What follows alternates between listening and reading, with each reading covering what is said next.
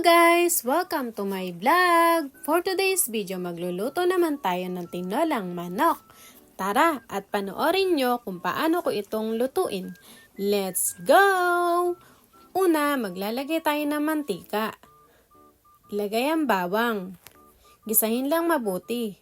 At ang luya. Itong luya kasi ang makapagpapatanggal ng lansa ng manok. Nagigisahin natin. To, ilagay na ang sibuyas. Ayan guys. Gisahin lang yung tatlo na yan. Then, ilagay na ang manok. Isang buong manok yan guys. Then, haluin muna natin siya sa 3 sangkap na yan. Then, mag-a-add tayo ng patis para mas lalong maging malasa ang ating manok. Ayan guys.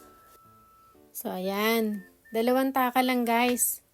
Then, kapag kulang pa sa alat, mamaya kapag malapit ng maluto, at saka pwede maglagay ng konting asin. So, ayan, haluin lang mabuti para manuot yung patis na inilagay natin. So, ngayon guys, sasangkutsahin lang natin itong mabuti. At hahayaan nating lumabas ang mantika ng manok. So, ibig sabihin, pag lumabas na yon, hindi na gaanong malansa ang karne ng manok.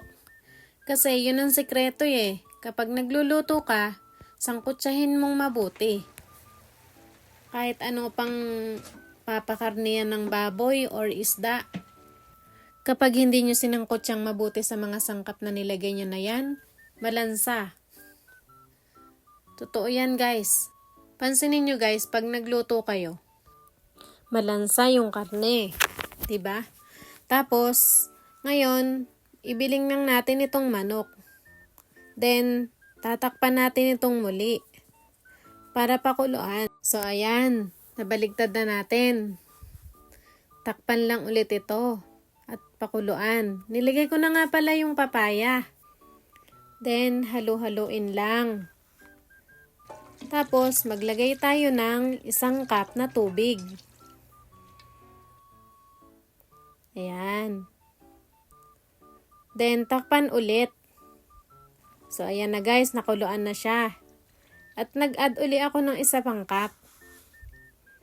Medyo natuyuan na kasi lumabas na yung katas ng papaya. Naglagay ako ng seasoning, pampalasa, para mas malinamnam ang ating niluto. So, ayan na guys, naglagay ako ng sili para may anghang ang ating tinola. Then, haluin lang ito at maglagay ng konting asin. Ayan guys.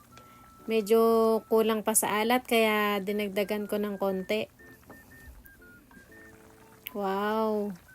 So, ayan na guys. Ilagay na natin ang spinach. So, ito na ang ating tinolang manok.